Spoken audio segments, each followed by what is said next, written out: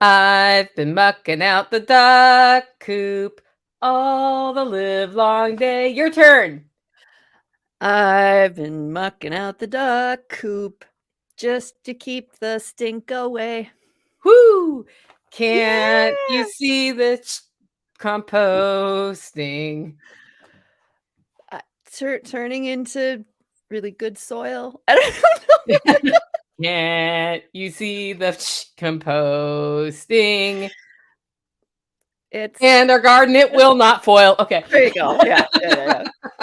Hey, everybody. Welcome to Spicy Sisters.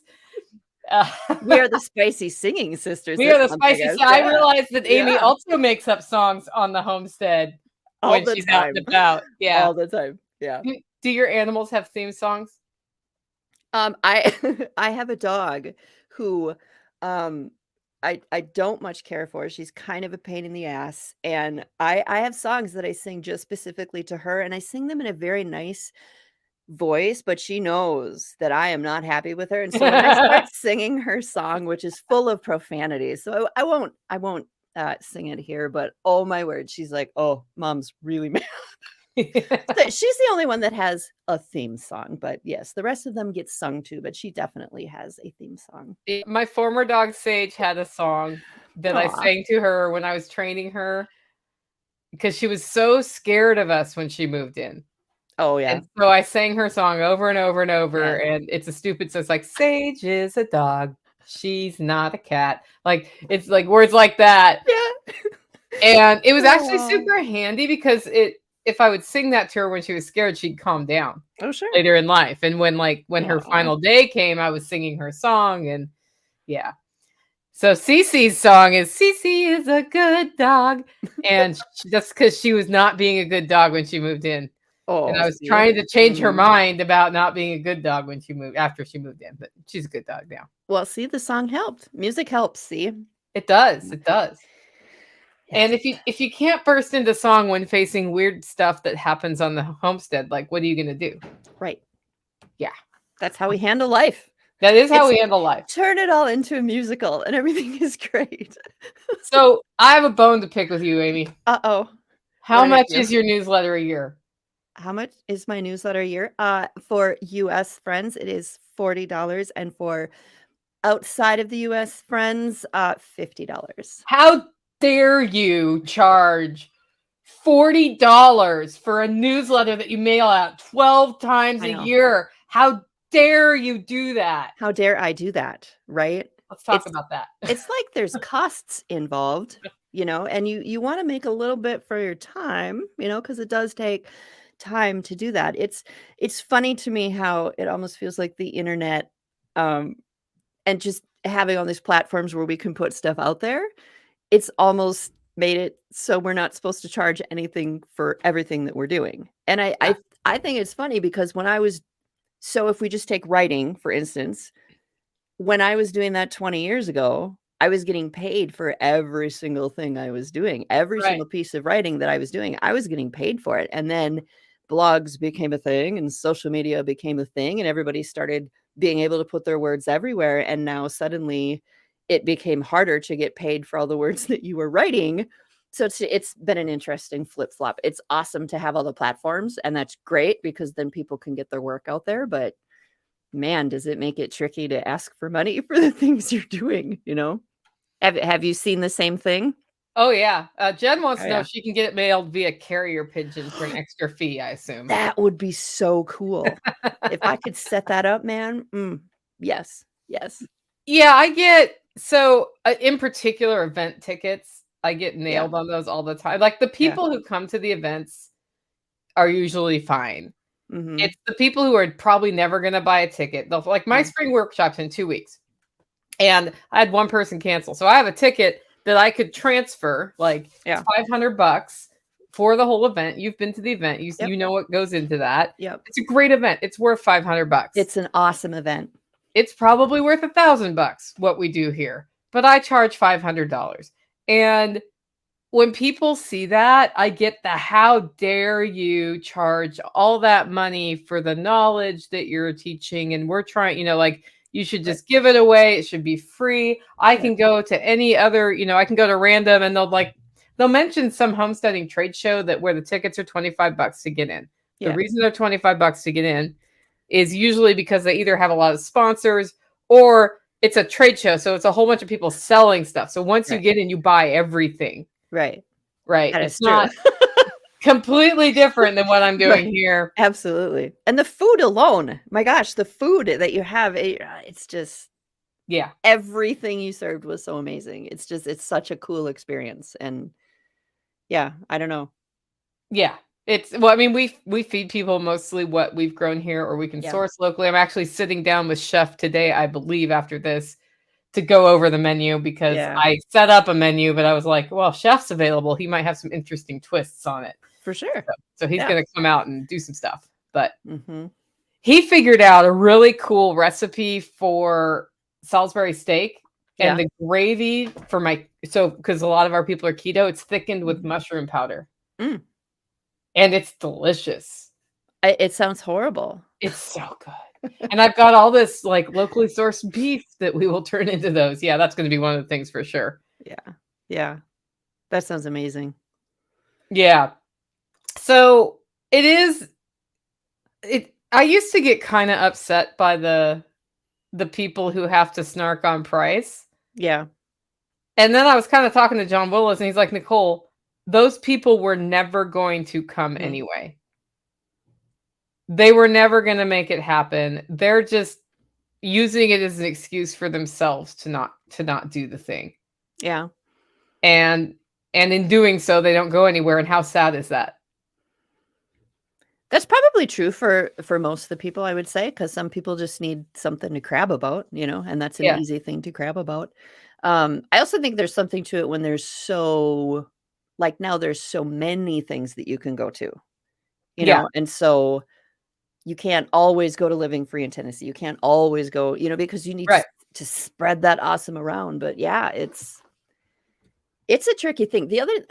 There's like a flip side to this. So, I talk about, everything that I do now, a lot of it I do for free because it's the internet. And, 20 years ago, I would have been paid for all that. But I think there's something different in now that because we're online and because that's where the majority of our business is, it's almost, I've realized we give people almost 24/7 access to us.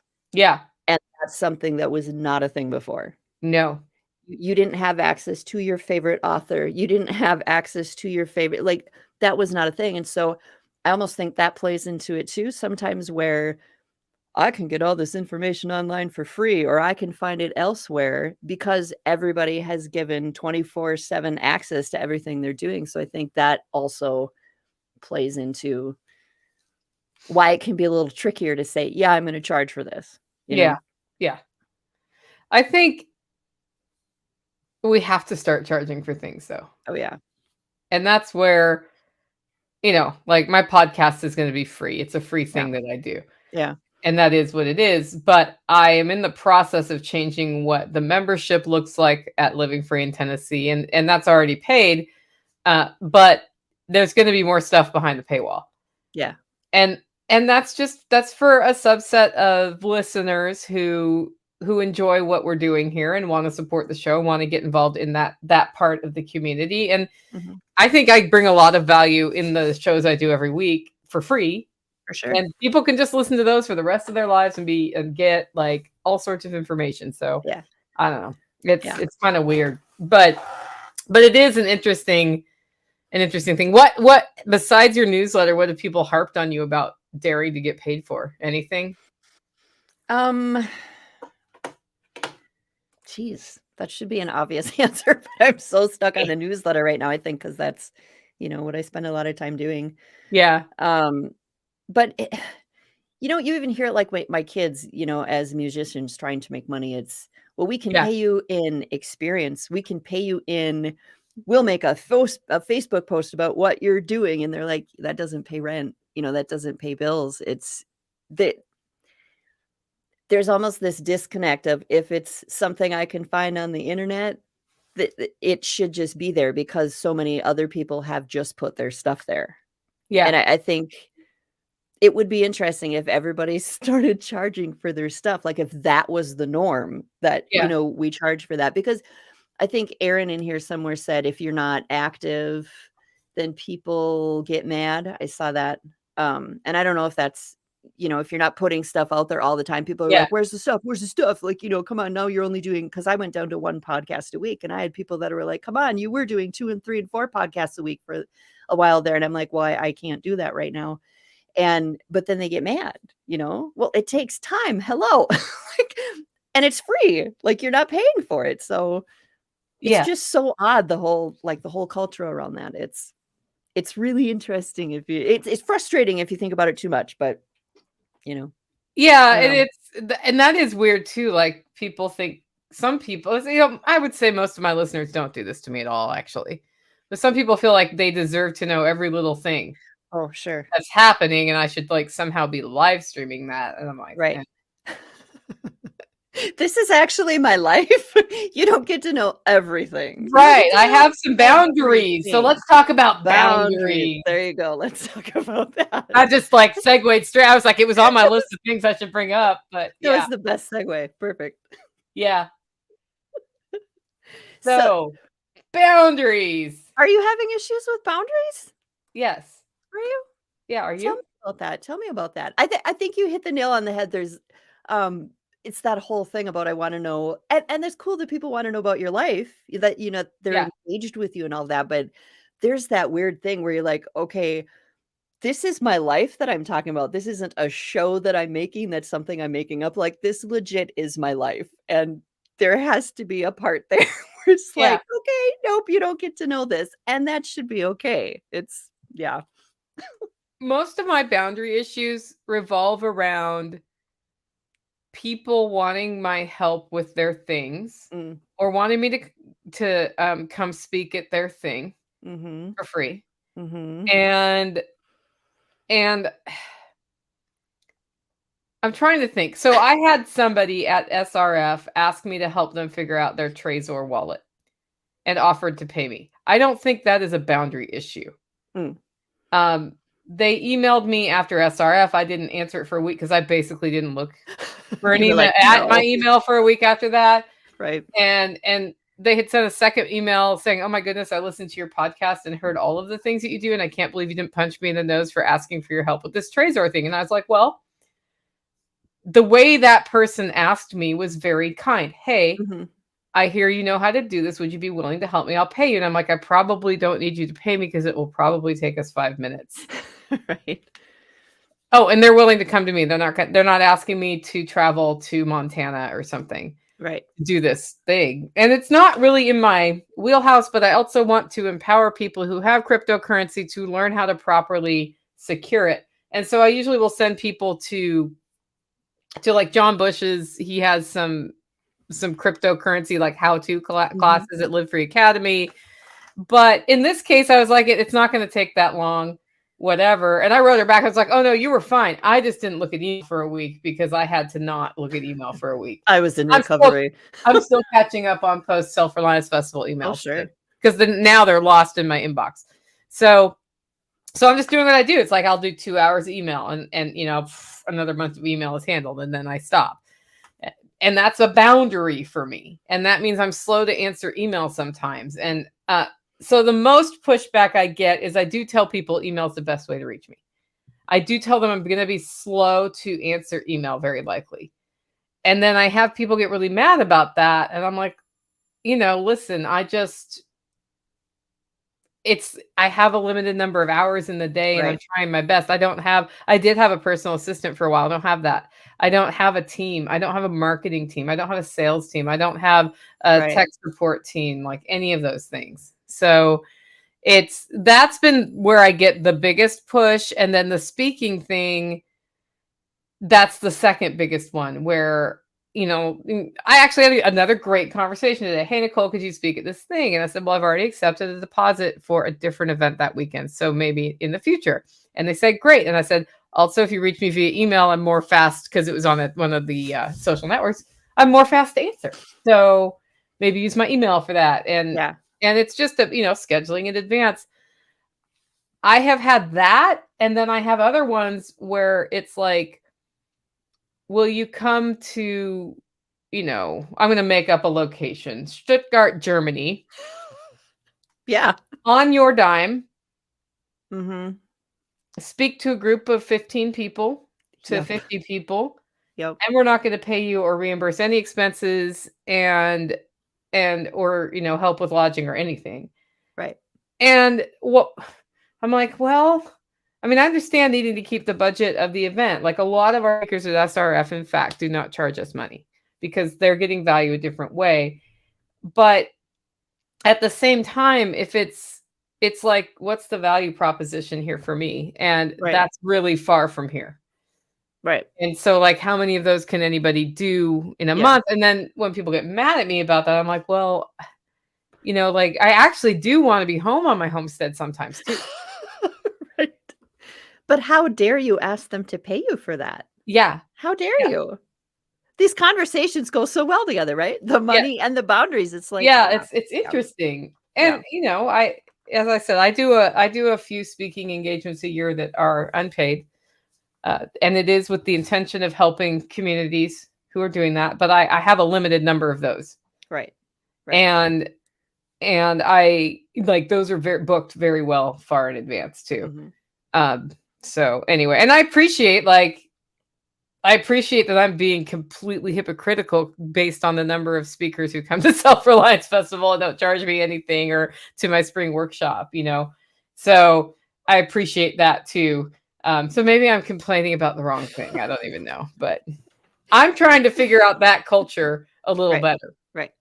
What I think is funny, you mentioned, you don't have a personal assistant, you don't have a team or anything like that, and people are sometimes, upset that you don't email back right away. I think what's funny is people like the idea of you not having a team. People like the idea of me not having a team. They like the idea that when they email, it is Nicole or it is Amy that emails them back. But then some people don't realize that means you're going to wait. That means we might miss your email, like, because there's only so many hours in a day.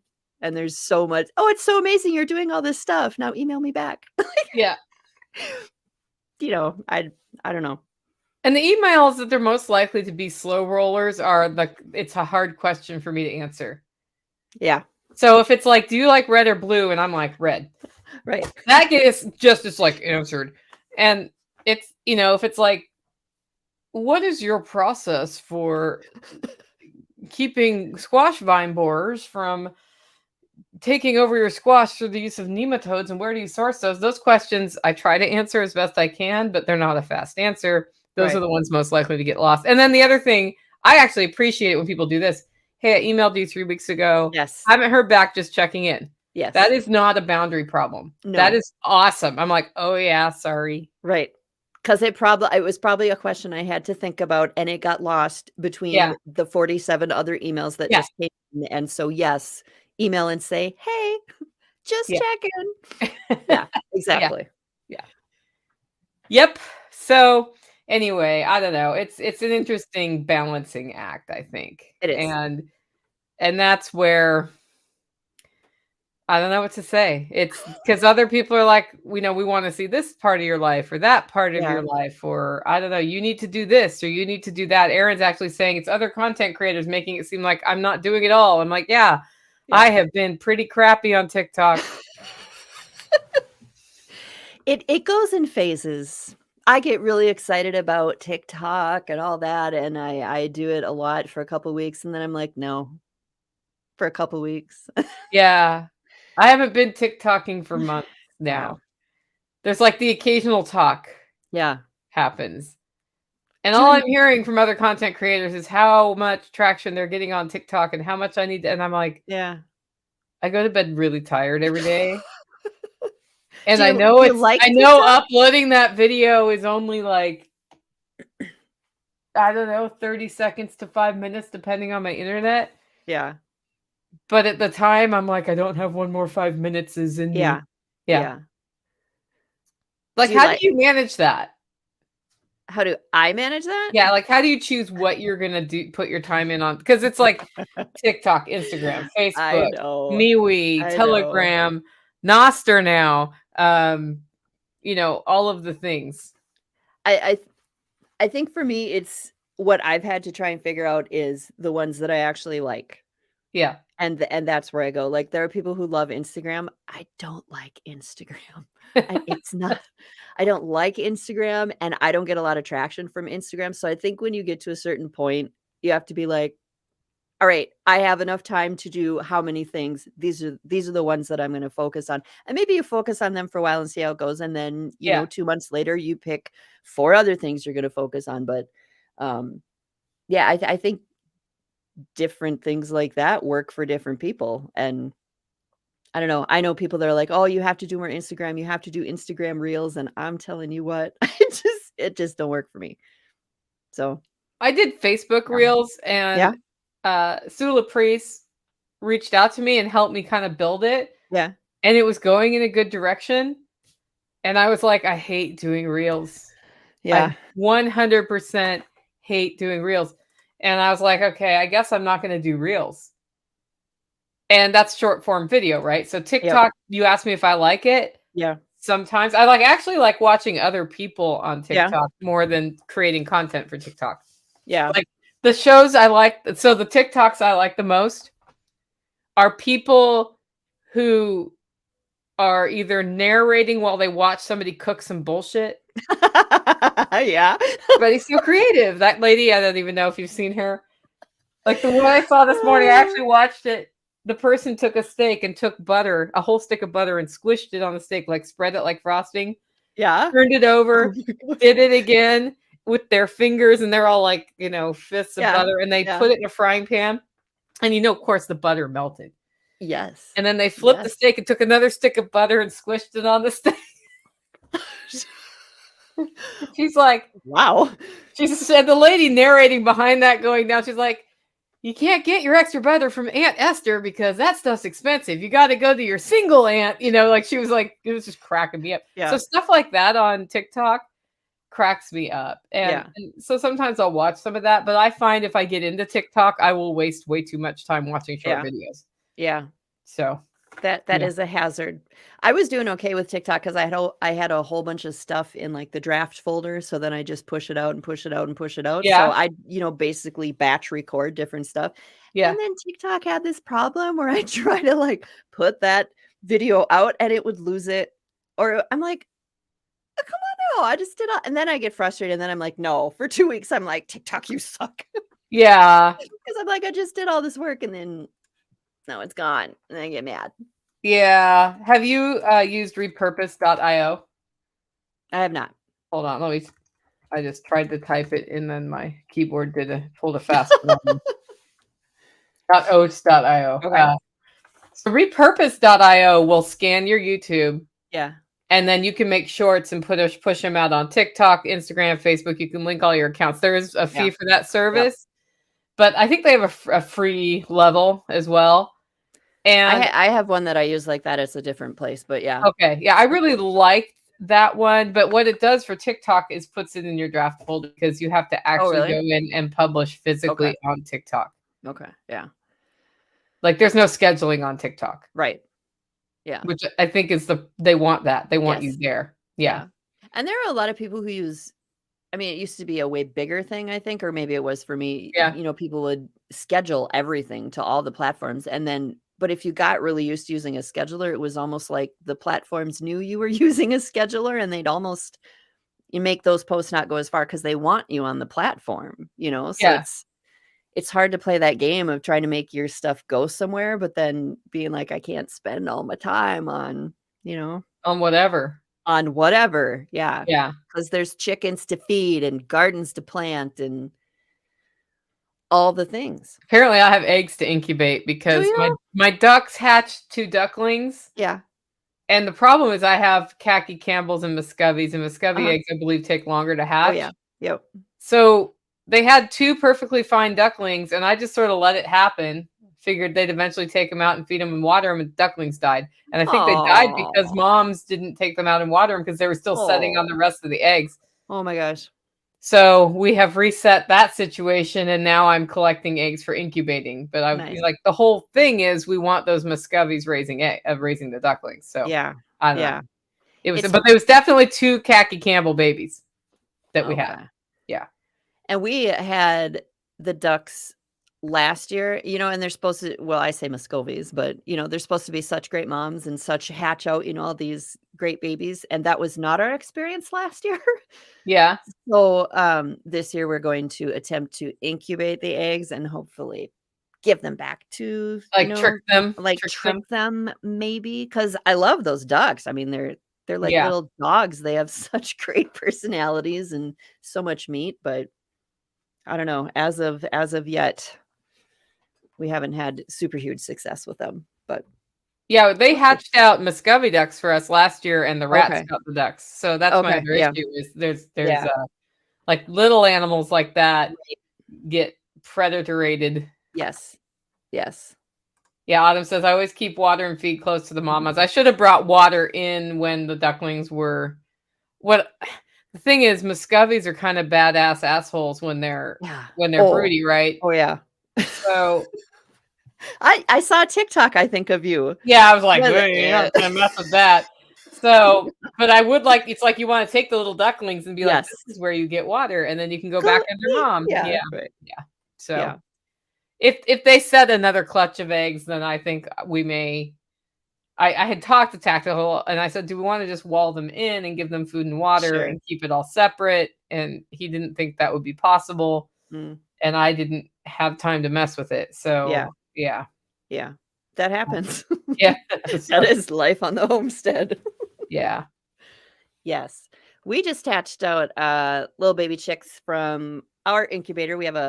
We do homemade incubators here that we build out of like old coolers. Yeah, So I saw your series on that. That's yeah, cool. so I'm still working through editing the big giant video of how to actually build it, which is just this beast of a video. It's so much video to put together, but I'm working through it. So then there Yeah. will be the how-to of that. But yeah, it was super fun. We went and borrowed some eggs from the hens, in the middle of freezing and not freezing, and got them in the incubator and hatched out 10 little baby chicks and used a heat plate for the first time. Have you ever used a chick heat plate?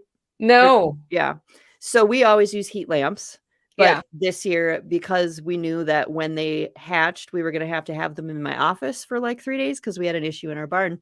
Yeah. And so we decided to try this heat plate thing and had them in my office in like a big giant tote, and it worked pretty well. Then we moved them outside. So when you have the heat plate and a little brooder, there's not a whole lot of room. There's Yeah. not a lot of room around the outside when you're using like a Rubbermaid tote like we normally do. And one of them got stuck Oh no. between the wall and the heat plate, and he died. Yeah. So then I immediately took them out of that brooder and put them in a much bigger area. And I was like, now they have all this room. But yeah, I'm so used to using heat lamps, and we've never had issues with heat lamps. I know there's a big thing about heat Fire. lamps aren't safe and they're going to burn your barn down, which happens, but we've used them for, I mean, I think if you secure them correctly and you're just, careful, and I don't know. I still think I like heat lamps better, but Yeah, I have used heat lamps for 15 years with no Yeah. problems. yeah. The only Yeah. problem I've ever had is when a bulb goes out. Yes. But I can see, especially if you abuse them, how they could be problematic. Yeah. And this year I learned that there are, in fact, I may see if I can pull them up. You can buy ceramic elements That's what I've heard. instead of bulbs. And so I just actually ordered my first ones because I have baby chicks in the brooder and I have like an actual brooder Yeah. with heat. Yeah. And they go there for 2 weeks and then they got to get out because they outgrow it. Like the taking out of the poop tray becomes, you Yes. can't keep up. So so I was like, well, I'm about to put them under heat lamps again, right? And Ryan Steva actually was like, hey, you can get these ceramic emitters that are way, way less of a risk of fire. Sure. Because, they're not the glass isn't gonna break, and then you have like that. Right. I think that is the issue. I don't know what else the issue would be. So these are they. Oh, ceramic Cool. reptile 100-watt heat lamp bulbs. So we'll Oh, see. neat. And I like literally about to make that is going to be probably task 1 unless we have. And also, I don't have an Amazon affiliate link, guys. So if Amy does, go click on hers and then go here and buy them. But I love that there's all these options and that they're so easy to find now. You know, isn't that, 20 years ago, we didn't have that option. yeah. It's just so cool now. Well, and so this is an interesting comment. So he's a volunteer fireman. Okay. And he says it takes one dirty one chicken to be too close to get it knocked down. So my chickens can't reach the heat lamps. So that may be like I don't have them like way down on the Right. chickens. Like they're up higher and the chickens can go further away or closer. So I'm wondering if people like put that like down in the chips and then they're shocked when they have a fire or something. Yeah, I don't know. Yeah. I don't know. I know some people will like clip them to the side of the brooder and then it's not clipped very securely and then it falls. Yeah, like I hang them. Like I have a whole. Yeah. Yeah. A clip-on lamp goes on the side of my tub. And that's when the tub has become the ER. There you go. There you go. I actually made the incubator the ER for the one ER situation we had. Yeah. And then I had to kill that chicken in the morning. Oh. Yeah. That's the other thing. So I've been homesteading for 15 years. 15 years ago, I would have nursed that chicken along the whole time. It would have grown slower and been deformed and eventually died for some other stupid reason. Yep. Yeah. And this time I was like, your legs I see your future and yeah. I'm going to pull your head off now. And I'm terrible. I'm brutal. I'm just like, yeah. So, yeah. We become so hardened.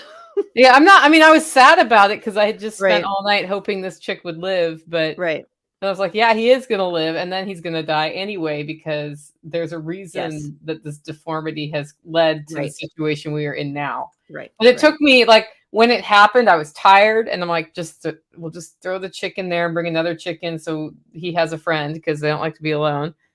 Food, water, go to bed. And I get up in the morning and I assess the situation more deeply because I'm awake. Like after you sleep, your brain is like the Etch-a-Sketch has been erased and you have space for things again. Yes. And I realized that what I thought was an injury to the leg was actually that the legs were both deformed. Oh, geez. And he had gotten through the mesh and cut one leg. And I was like, well, he's always gonna I can do the thing where you make leg braces, but I don't think that's gonna help. Right. So, yeah. I remember many, many, many years ago, before we were even at the farm, we had relatives who thought it would be a really cool project to hatch out some chicks with their kids. And I think they hatched out like 3 or something. And they were not farm people, but somehow they hatched out these chicks. Yeah. And one of them was severely deformed. And so they had decided they were going to try and save it. And then they couldn't save it. And so they called me and they're like, what do we do with this chick? And do you want it? And I'm like, that chick is not going to live more than like 3 more days. What are you doing? Like you're extending your own grief. I understand like wanting, to do what you can. But, at some point it's just, I can see your future. I know where this is going, and that sucks, but. Yeah, I nursed a scissor beak one. Oh, yeah. Yeah. And there's pictures of him like sitting on my shoulder while I work. And he ended up being a really good friend, but he totally got gotten by a hawk one day. Yeah. But he was he could not have layer pellet. He had to have layer crumble. Oh, sure. And he was a boy. Yeah. And all the other chickens didn't like him because he had scissor beak. They didn't like him because he was your special friend, Nicole. He was my special He got the friend. special treatment. He was like, we don't like you now. That was probably the last one I rehabbed from a situation like that. And I really, that was actually a pet by the end of it. But yeah. It sounds like there's a lot of people in the comments that have had issues with fire. So maybe we've just been lucky. Yeah, maybe. Yeah. So my prior manager almost burned his past barn down trying to warm baby goats when another animal managed to pull the power cord. Yeah. See, it's always something like that. You got to watch power cords, goats and power cords. Goats eat things. I'll just leave it at that. First time I heard the Spicy Sisters, you talked about things dying on the farm. That nobody ever talks about. So true. I haven't missed a podcast from either of you since. Yeah, Aw, things die on the farm. they do. I still have a ewe who has not given birth, and the last time she could have possibly been exposed to a ram was 6 months ago. What in the world? And apparently 5 months is the gestation period. And then Dawn, who's on here, she was like, Yeah. well, sheep don't read books, Nicole. It's gone This so is long at true. this point that I'm like, I am now convinced that the following thing has happened. Floki snuck out one night, came all the way down to my house, 1/10 of a mile away, nailed her, snuck back, and pretended like nothing had happened. That's where we're at. Yeah. It could be. Yeah. Oh my gosh. Yeah. Or the other thing I have to think about is when we moved Brownie down here, there was like a 45-second, actually it was about a 5-minute period of time where they all ended up in the same paddock together. Oh, and it don't take long. It does not take long. And no. I need to go look at that date, because if that's the case, then she's nowhere near ready. And Right. I have misjudged the size of the udder that has suddenly appeared. Yes. Yeah. They keep you guessing. Yeah, I know. And I was like, I don't remember seeing Brownie close the deal, but it could have totally happened. Yeah. Could have totally happened. So I don't know. But we've been over there. It's like, are you in labor yet? Right. Are you in labor yet? Why aren't you in labor yet? We have now separated the boy sheep and the dogs from the girl sheep, so you can have this baby in peace. Yeah. No. Come on. Yeah. Oh man. But I think I prefer the ram snuck out story to all other stories. I think it's a good one on this pregnancy. So yeah. This year I used a radiant oil heater, worked great until the plug melted. Oh, wow. thefarmerskindoflife.com. Shout out to all the friends. Homesteading is a dangerous thing. You know? It is, and the addition of electricity to it is, it's figgly. It's very figgly. And I'm sitting here after I don't even know how many tens of hours were put into my house in the last 2 months, right, related to figgly power here. The way my house was wired, I don't know why it hasn't burned down yet. Isn't that amazing? Yeah. How did this happen? And here we are, 40 years later, and the house did not burn down. Now, it's mostly made out of cinder blocks, so I wouldn't necessarily have the kind of impressive fire that a stick-built house would have, but I haven't had even hints of fire. So I got lucky. But if you think about that and about how many homesteads are in older homes, there might also be a thing with figgly wiring and lamps is bad. Sure. Yeah. Maybe. Yeah. And then there's always water nearby. Yes. Yeah. Yes. Yeah. All the things. That's the other thing that can happen. We just so we've had the births on the farm, you know, with the little baby chicks, but we did just have a weird bunch of deaths on our farm. Uh-oh. And we still don't know what happened. You know, we always come around to the topic of barn cats on our little talks. Yeah, and we had just all of a sudden we had barn cats that were just dying left and right, and we are not sure if my husband thinks they either got into some poison somewhere. Yeah. Or some weird illness went through, but it was just like you'd walk around the farm and there's another dead cat. It was like, what the heck? What were their symptoms? Were they skinny when they died? One was really skinny, but I don't think any of the rest of them are. There was one that one of those ones where you're like, I know you're going to be dead by morning. Like you find them and you're like, there's nothing I can do. I'm preparing for the fact that I will come out to do chores in the morning and you're probably going to be dead. Yeah. And, so the next morning he was not anywhere to be found. And so I was walking the farm looking for him. And that's when I found all these other I was like, what in the world? And so we're checking them over thinking, did they get in a fight? Did they get hit by a car? Have no idea. It went through fast and furious and now it's gone. So I don't know. You may have had a kitty influenza situation. Maybe. Yeah. I don't know. It was very strange. So Yeah, or poison. Poison is also possible, but Sure. yeah, somebody's trying I to give don't you more. Hey, Amy, do you want more cats? No. Oh my gosh, no. No, no, because there's probably pregnant cats here somewhere. That was the thing, when these cats were dying, we were like, "Why isn't all the ones that we have fixed?" Oh, really? I'm like, not that I want any of my barn cats dying, but I was like, all the ones we spent money on, the ones that like, what the heck? That's Come on, interesting. Are they come vaccinated? on. Mm-mm, No. no. Okay. I was gonna say maybe there was something in the fixing of Yeah, the cat, but yeah, I don't know.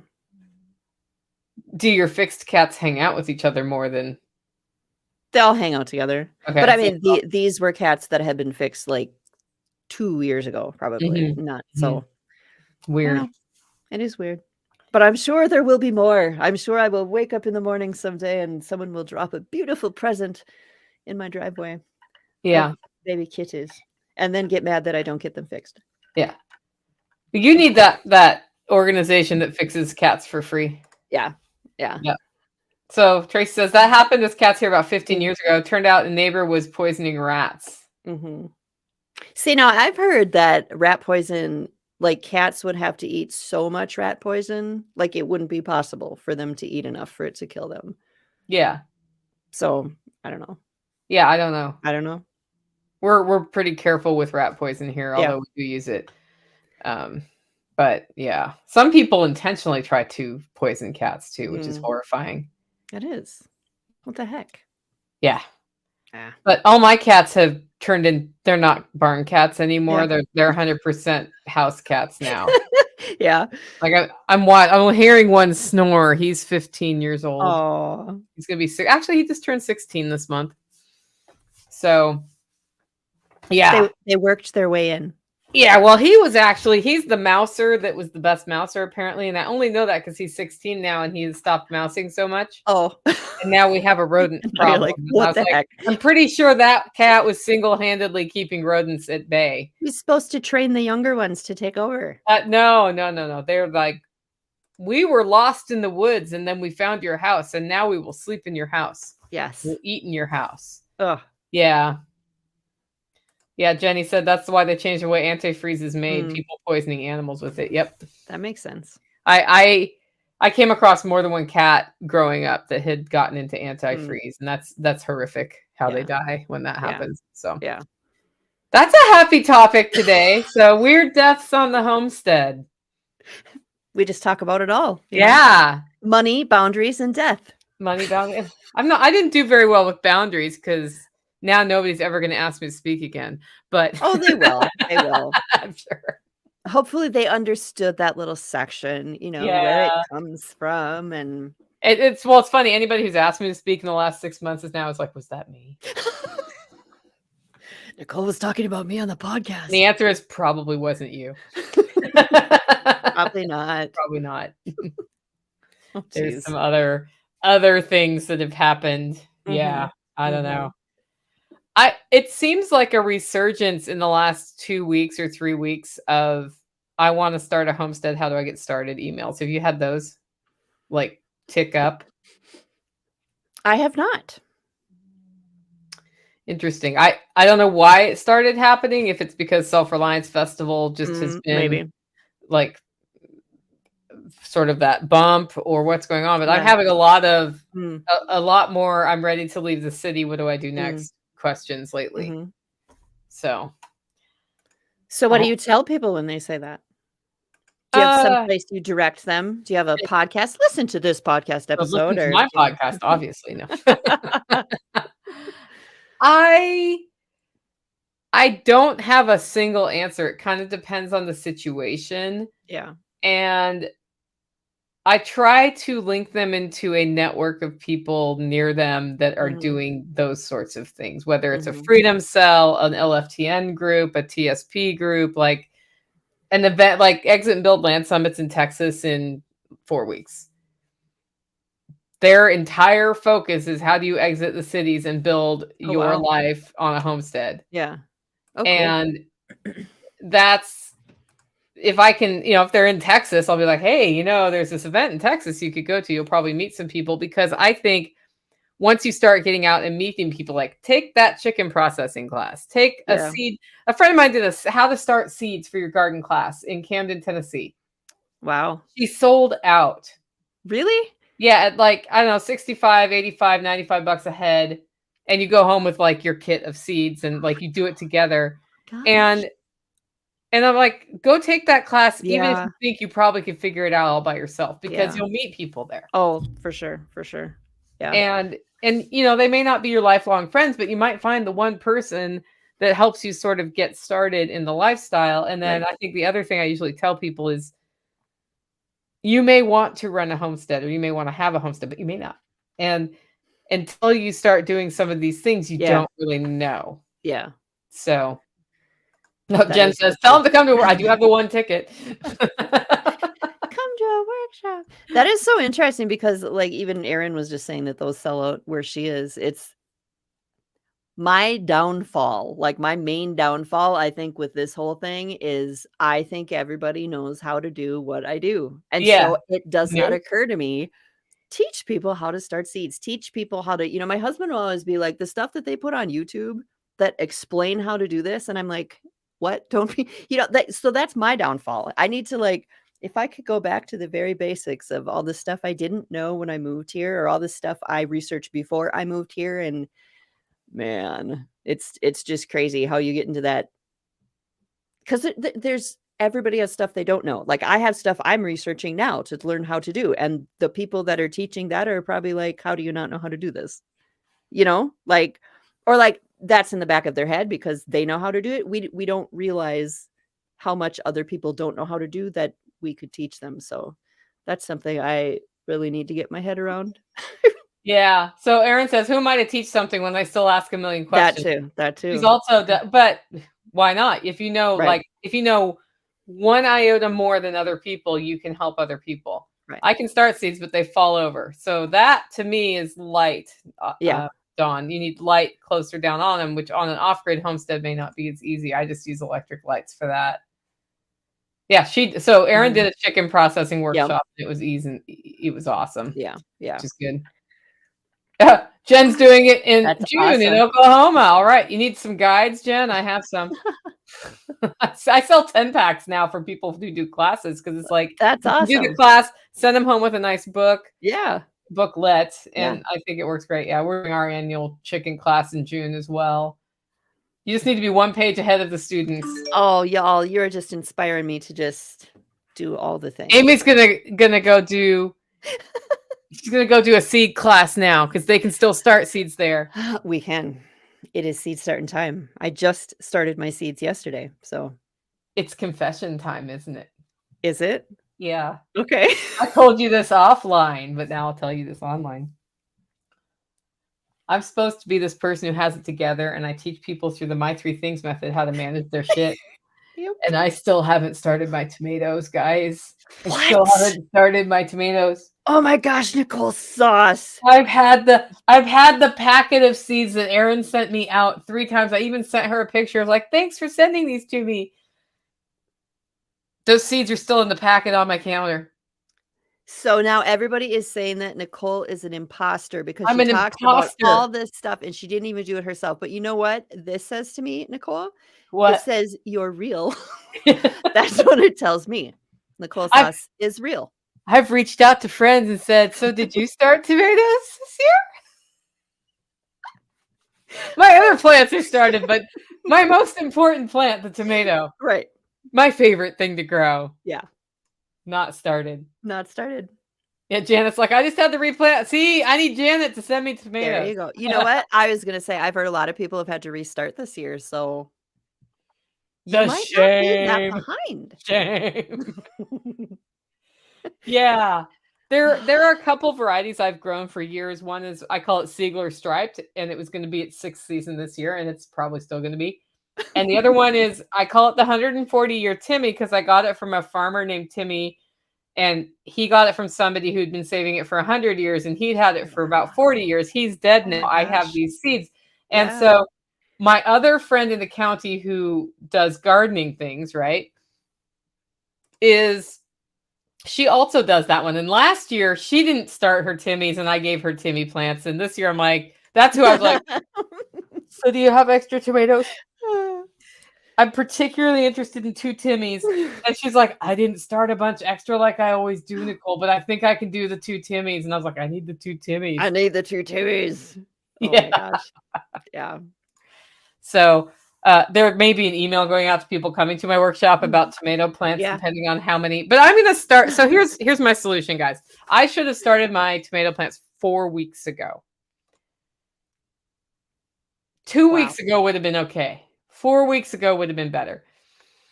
I'm just going to start them today or tomorrow. Like my homestead days are Friday and Saturday. So tomorrow I'll probably bump that up. But, you know, there's the under over of a baby lamb coming and completely distracting me. So we'll see. Yeah.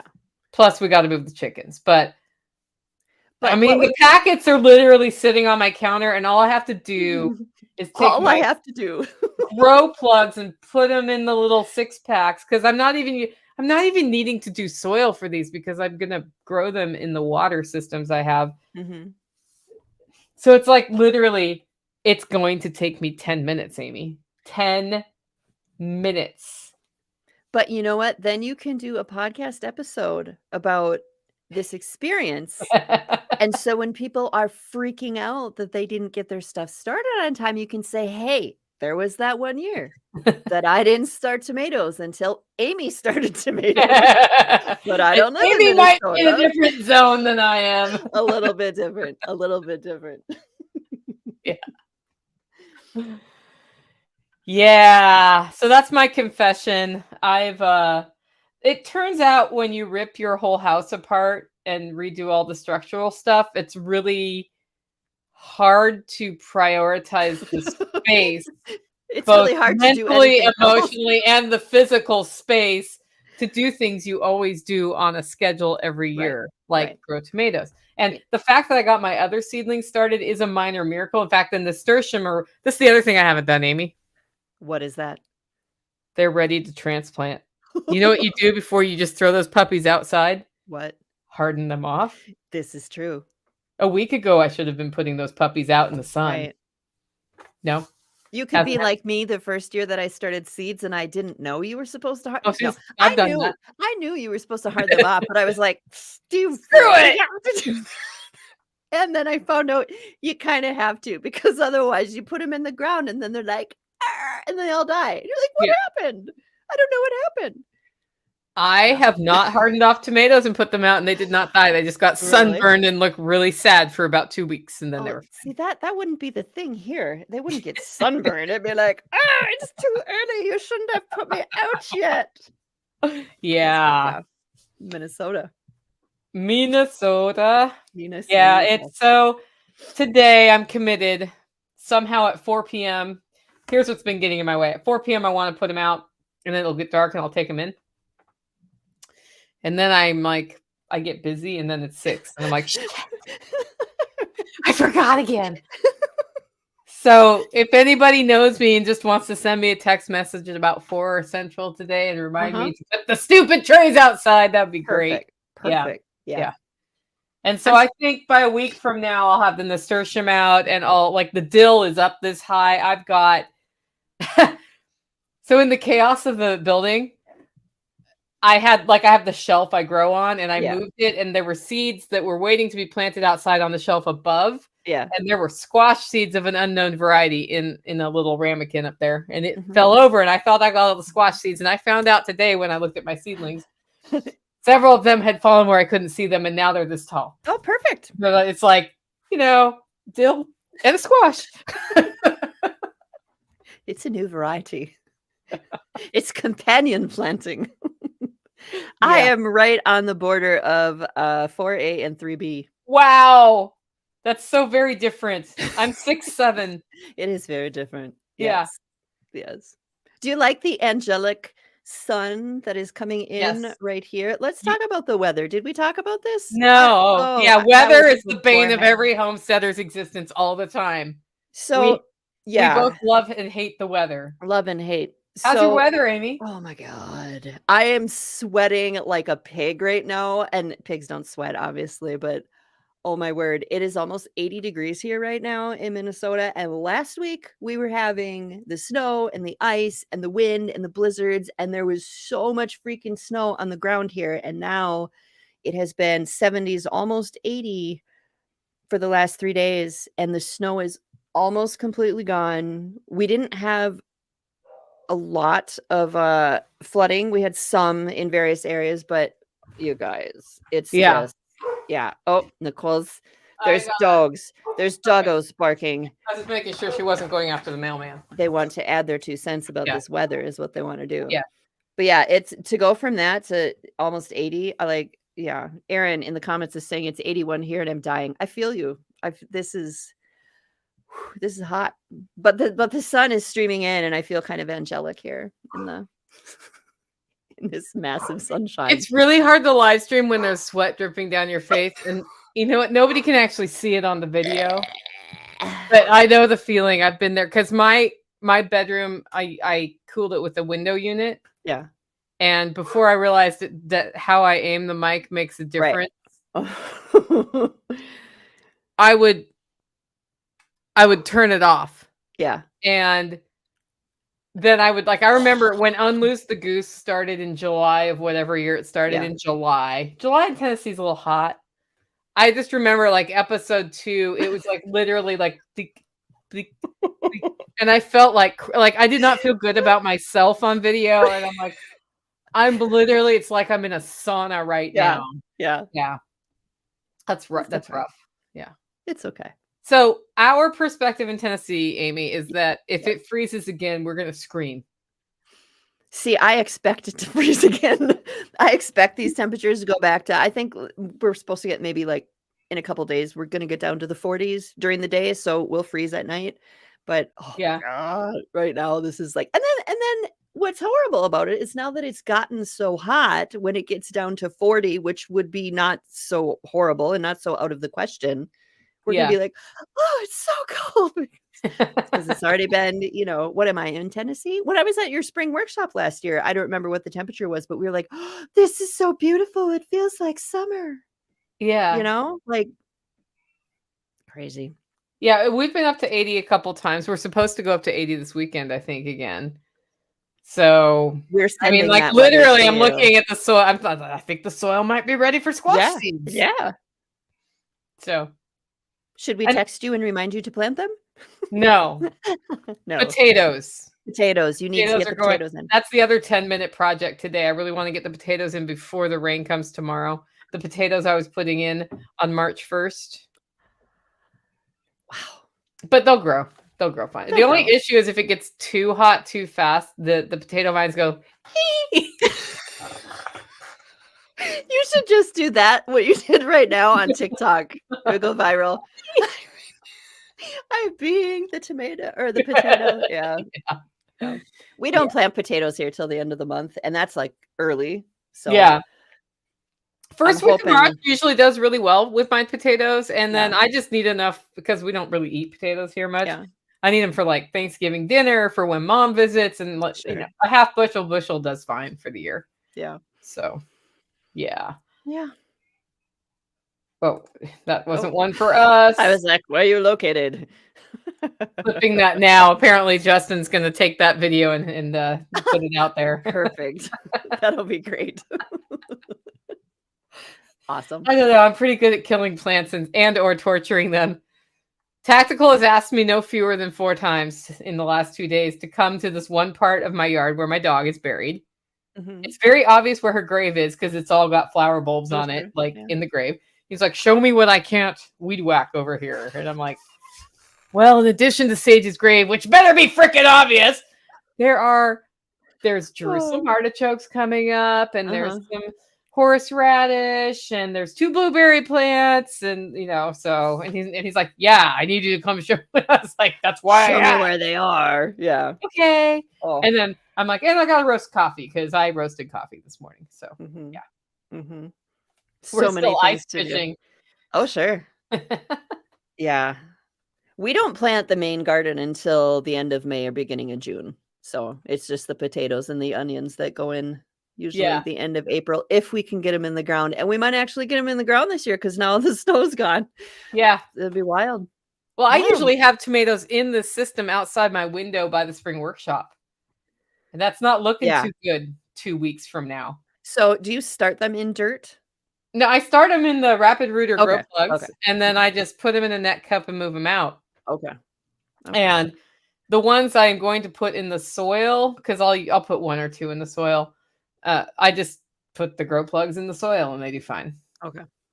Yeah, I start by putting it in a pot so they get some rootlets in there, and then I carefully.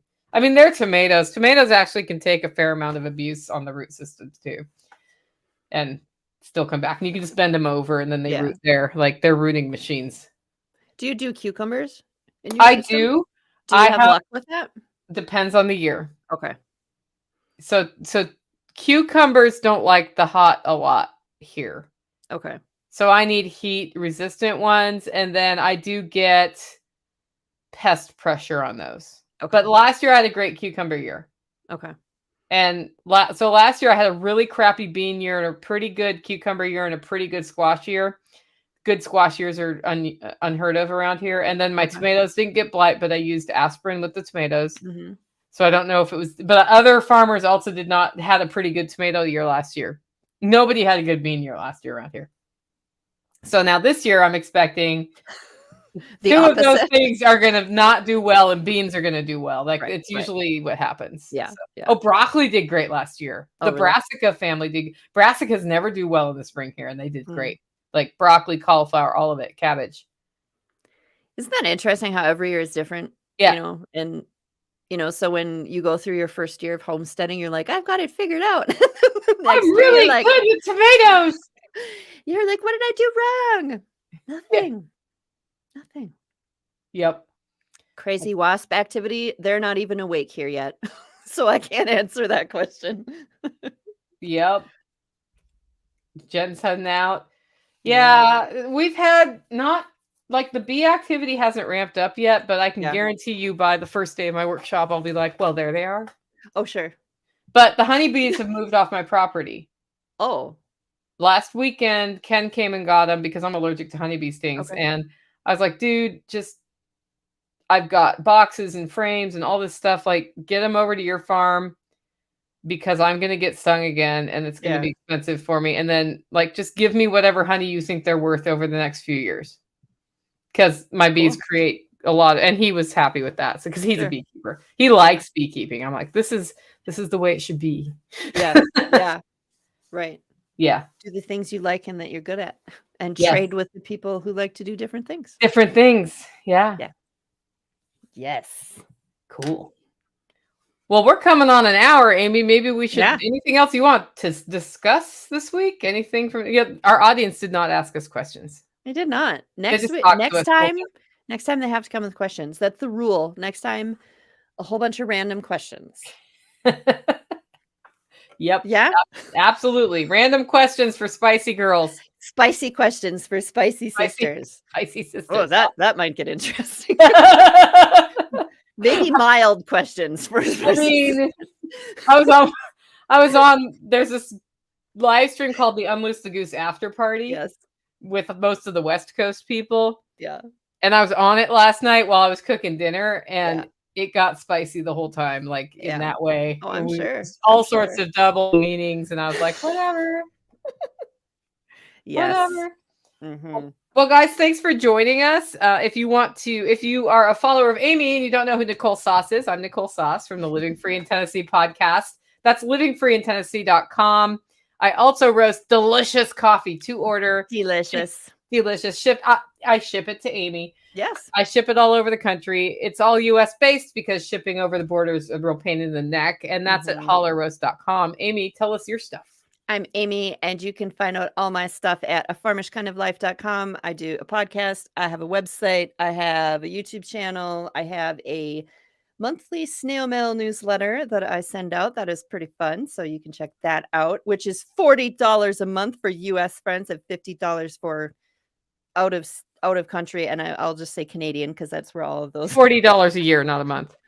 Oh, did I say month? Sorry. Yeah. Okay. Not a month. That would be crazy.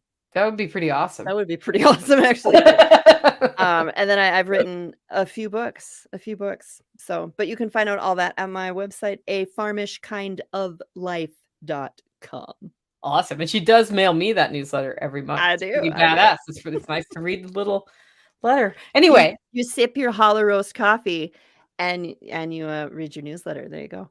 exactly. All right. Well, guys, thanks for joining us. We will see you next month.